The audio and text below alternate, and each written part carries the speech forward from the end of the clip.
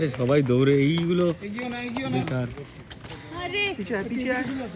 দাদা একটু হাতটা দেখো না দাদা, সামনে সামনে, এই মোবাইলটা সরো না।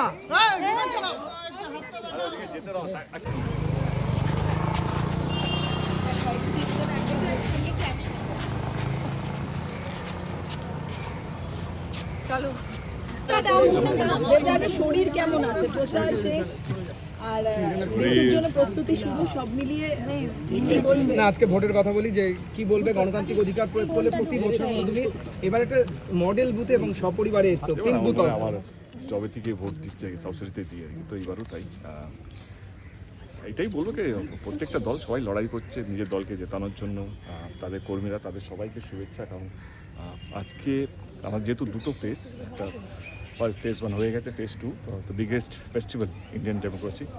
আমি বলবো কি সবাই যেন এই গণতান্ত্রিক অধিকারটা ইউজ করে এবং একটা ভালো সরকার, একটা ভালো মানে একটা ভবিষ্যৎ যেন আমরা আমাদের ভোটের মাধ্যমে করতে পারি, এটাই অনুরোধ করবো। 100%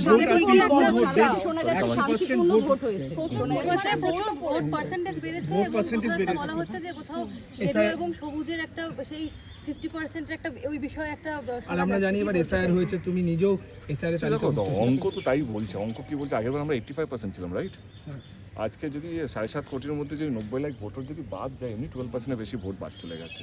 আমরা এই 12% যদি 80% অ্যাড করি, 90% তো এমনি উপরে চলে যাচ্ছে।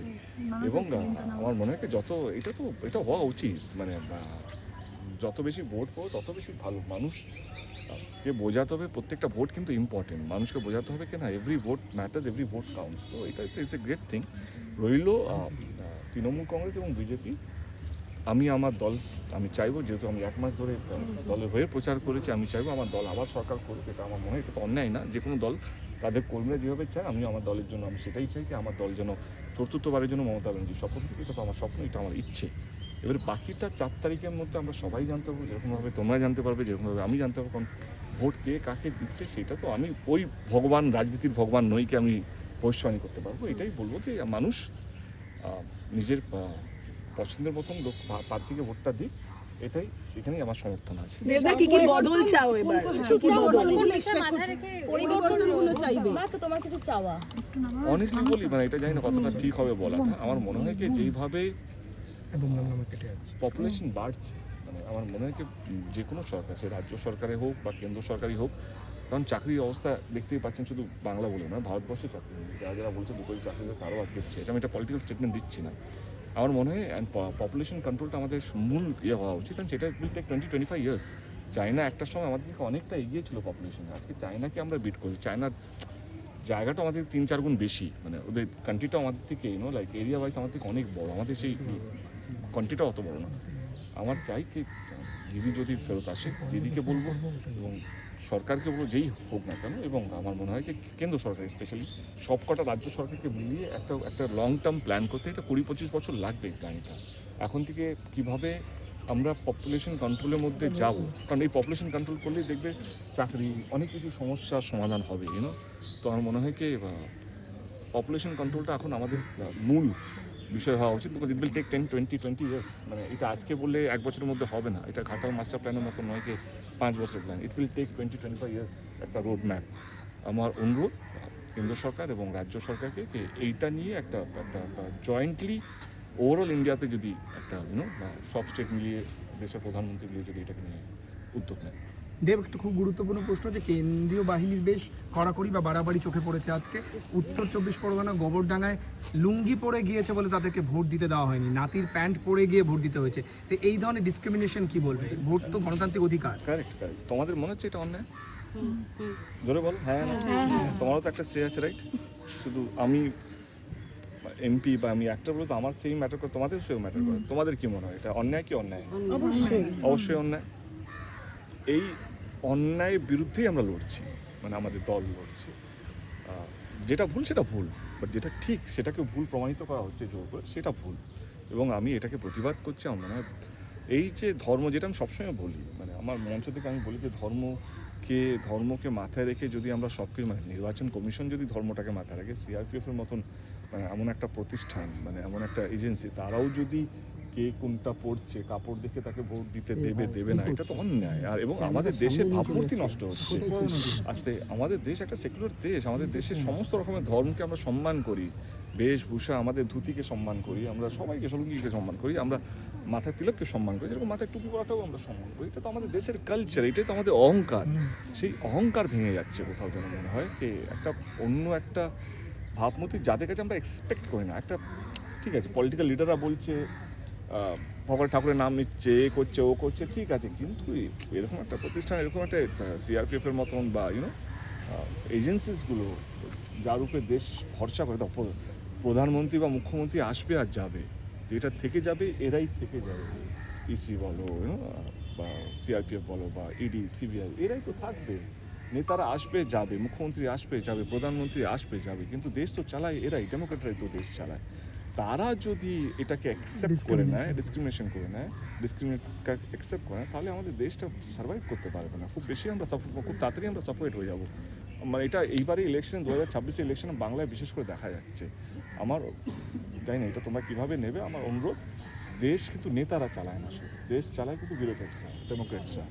তারা যদি দেশটাকে এইভাবে ধর্মকে নিয়ে ভাগ করে না, তাহলে দেশের যেই নেতা আসুক না কেন, সে দিদি থেকে আসুক বা দাদা থেকে আসুক, বিজেপি থেকে আসুক বা কেন্দ্র, দেশটা কিন্তু খুব একটা খারাপ দিকে যাচ্ছে। দেশকে এখন কিন্তু বাঁচিয়ে রেখেছে ডেমোক্রেটস অ্যান্ড এই এজেন্সিসগুলোই, মানে বিউরোক্রেটসগুলোই। তো ফোর্থ পিলার অফ স্ট্রেংথ, মানে পিলার অফ ডেমোক্রেসি যেটা আছে, সেটা কিন্তু মেইন পিলার। তারাও যদি ধর্ম ও মানে পক্ষপাতী হয়ে যায়, যে ধর্ম নিয়ে যদি করে, তাহলে এটা খুবই দুঃখজনক। এটা আজকের জন্য না, 2026, আজকে আমরা কথা 29 এপ্রিল কথা বলছি না, এটা 2030, 40, 2040 এটা না আরও খারাপ হতে যাবে, আরও একটা অন্য দিকে চলে যাবে। এবং আমরা অ্যাজ এ কান্ট্রি, যেটা নিয়ে আমরা গর্ব করতাম, ডেমোক্রেটিক কান্ট্রি, একটা secular country, biggest democracy in the world, সেটা কোথাও যেন এখন কোথাও একটা চিহ্নতে চলে এসেছে, একটা প্রশ্নমুখে চলে এসেছে। আমাদের এই প্রশ্নগুলো ফেস করতে হচ্ছে, যেটা আমরা কোনোদিন ভাবিনি এই প্রশ্নটা আমাকে ফেস করতে হবে। হয়তো সামান্য কিছু বিক্ষিপ্ত ঘটনা ঘটেছে, কিন্তু আমাদের এখানে শান্তিতে আমরা একদম ফাঁকা, অলমোস্ট ফাঁকা, অবশ্যই সেটা টাইমের জন্য হয়তো দারুণ অ্যারেঞ্জমেন্ট, আমাদের কোনো রকম অসুবিধা হয়নি। ইলেকশন কমিশনকে অজস্র ধন্যবাদ তাদের এই অ্যাক্টিভিটির জন্যে, এবং বাংলার মানুষের ভালো হোক এই চাই। কি পরিবর্তন এক্সপেক্ট করছে, যে দলই ক্ষমতায় আসুক না কেন, কোন পরিবর্তনগুলো চাইবে? পরিবর্তন এক্সপেক্ট করছি কি না, মানে কোন পরিবর্তন চাইছো? কি পরিবর্তন? শান্তি চাই, পরিবর্তন হোক বা না হোক শান্তি চাই।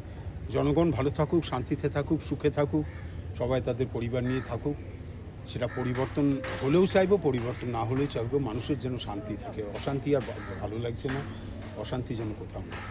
সেটা আগামী 5 বছরের জন্য এইটুকুই কামনা করব।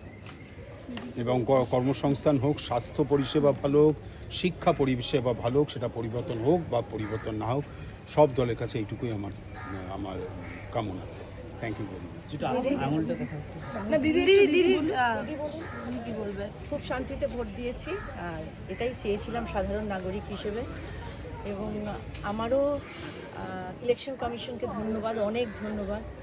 আমারও চাহিদা বা আমারও ইচ্ছে, এক্সপেকটেশন হচ্ছে পরিবর্তন আসুক না আসুক, আমরা সবাই যে কাজে ব্যস্ত, যে কাজ নিয়ে থাকি, সেই কাজ শান্তিতে যাতে করতে পারি।